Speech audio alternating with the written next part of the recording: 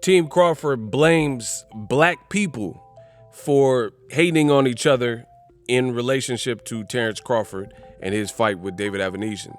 What up, Fight World? It's your boy Ego, and back with some more boxing. Now, y'all knew I had to come up with this video. If you follow me on social media at BoxingEgo1 on Instagram, you will have seen this post, and I'm just now making time to talk about it. But I had to get it off my chest. I definitely want to talk about it. So one of Crawford's trainers, Red, he put, "Blacks are the biggest haters of other blacks, and it's sad.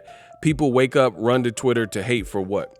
Now, this was clearly in regards to Crawford and the backlash that he got from fighting and facing David Avanesyan. But you could have seen this coming a mile away, and that was with his pick. You can't go from filet mignon steak to cup of noodle and think people are going to be mad. That doesn't make people haters. And I think we really have to define the lines and make some sense of what is fair assessments and criticism versus what is hate. Because people, they'll come to my channel and agree by the droves. But then there will be some deflectors that say the same thing. "Oh, you're hating on Crawford." I'm hating on Crawford. I've supported his whole career, bought his pay-per-views, minus the Avanesyan fight. I'm a consumer. I don't have to like what you want me to like. I like what I like. If he would have fought, it's not just Errol Spence. If he would have fought Charlo, if he would have fought against the guys he's talking about, you know, guys people want to see him fight like Virgil Ortiz or Jaron Boots Ennis, we have no problems. You chose a tune-up style fight, and we got to see it now. As of me recording this video, it was exactly what I thought it was going to be. That doesn't make me a hater. So to blame this on black people or the black culture is ill-informed and ill-advised from Team Crawford.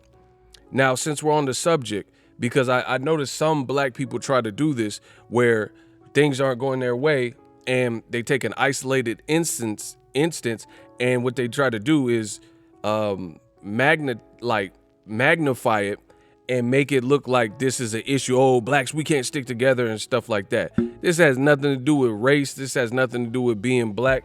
People, the same people that are now being ostracized because they didn't like the David Avanesyan fight, and you see why when you seen the actual fight. You seen why. You seen the production value. You seen the undercard. It wasn't. I mean, I'll let you answer that in the comment section. For those that ordered it, was it money well spent? $40. Was it a great undercard? Was there anything memorable? Yes, Crawford got another knockout, but he's done that his whole career. This is no different from any of his fights with Top Rank as a welterweight, right? The only difference is people are pussyfooting around what it really is, because you can no longer blame that Jewish man, Bob Arum, in Top Rank. See, Bud was in the Top Rank WITSEC program. What do I mean? He had basically he was like a recording artist signed to a label. So you were working with Bob Arum and you were working with Top Rank, so that was a built-in scapegoat. So a lot of people rocking with you, you know, felt that a lot of what was happening with your career was in fact Bob Arum. Like, he's just not giving you the fights, or he doesn't want to spend no money.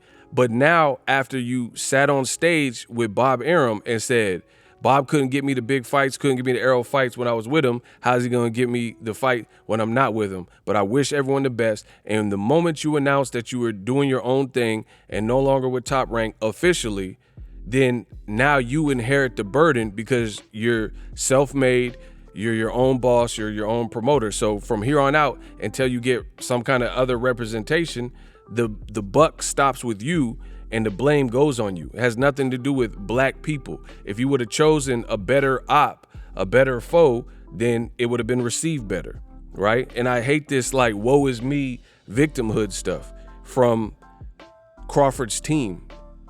If you chose Jaron Ennis, no one would be complaining. They'd be mad that the Errol Spence Undisputed wasn't happening because that's the more significant fight for all the belts, but it wouldn't have went down as bad as, you know, the guy you actually chose. There's a reason he was ranked behind Jaron Ennis and Virgil Ortiz. Even if Crawford were to beat Jaron Ennis or Virgil Ortiz, who watching this video truly believes that the fight would have been one-sided and they lose every single second of every round easily and then get knocked out unconscious, not TKO, but just like knocked out on the back from one shot.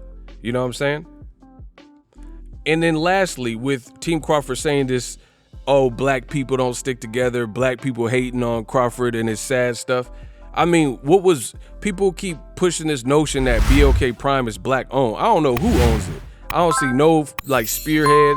I don't know who the front men are. I don't know. Like, you know, normally you watch an Eddie Hearn show, you see Eddie Hearn on the mic. You know he's the man in charge putting it together. You know, even though Al Heyman doesn't do interviews for PBC, you know they have go-to guys, and he's like, okay, that's Steven Espinoza, Showtime. Okay, Leonard Ellerbe, Mayweather Promotions. Okay, they got Tom Brown on the mic. Right? I don't know who runs BLK Prime at all, right? So you're not gonna guilt trip me into this support black and black owned. I don't know who owns it, you know? And then furthermore, if that's the lane we're going, what was so black about the telecast? If you're like, oh, black owned business, either all the ring card girls was white or something else, you know what I mean? What are we talking about? Then, you know I had to do it. Paulie Malignaggi, one of the least black-minded people in all of boxing, was the commentator for the event. And then I did the video before the fight.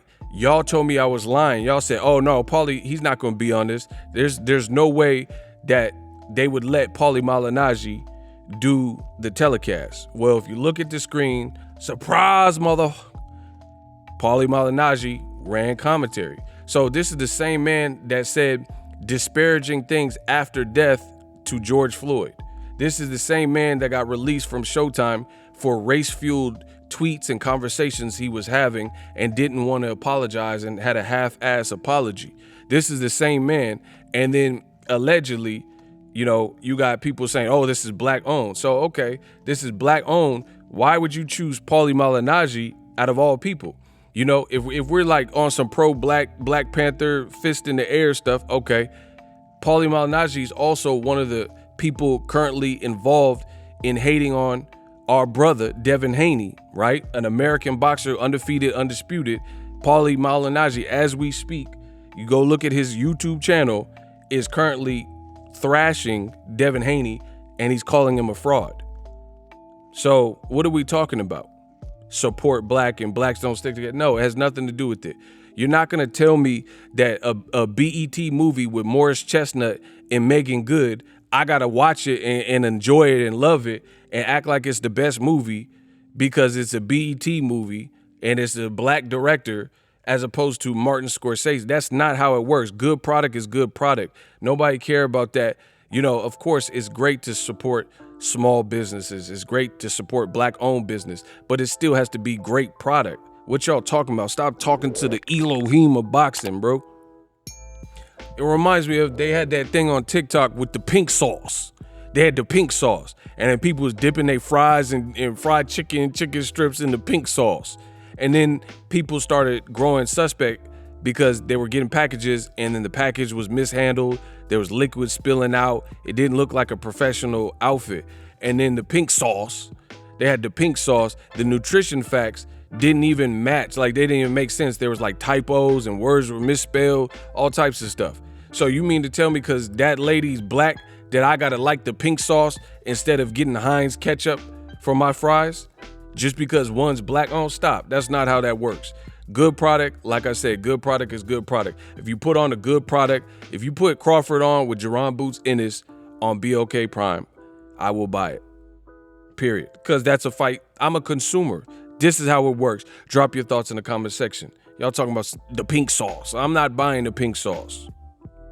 Introducing Super Thanks.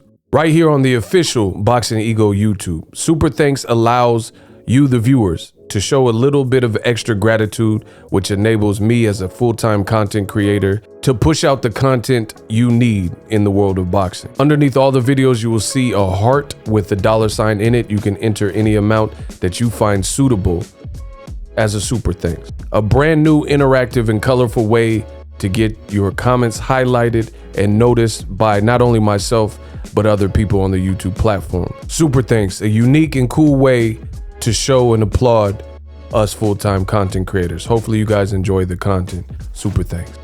The future is now. The Hibernation 5s by Kenichi Bear. Hybrid gaming and lifestyle headphones. Out of the box, you can connect to any console or PC. Bluetooth ready with a low latency USB adapter, color RGB, and extreme bass mode. The Hibernation 5s adjust to you. Whether you need a gaming, travel, gym, or lifestyle headphones, the Hibernations got you covered. The new Hibernation 5s, link in the description. Customize the way you hear the world. Welcome to the nation.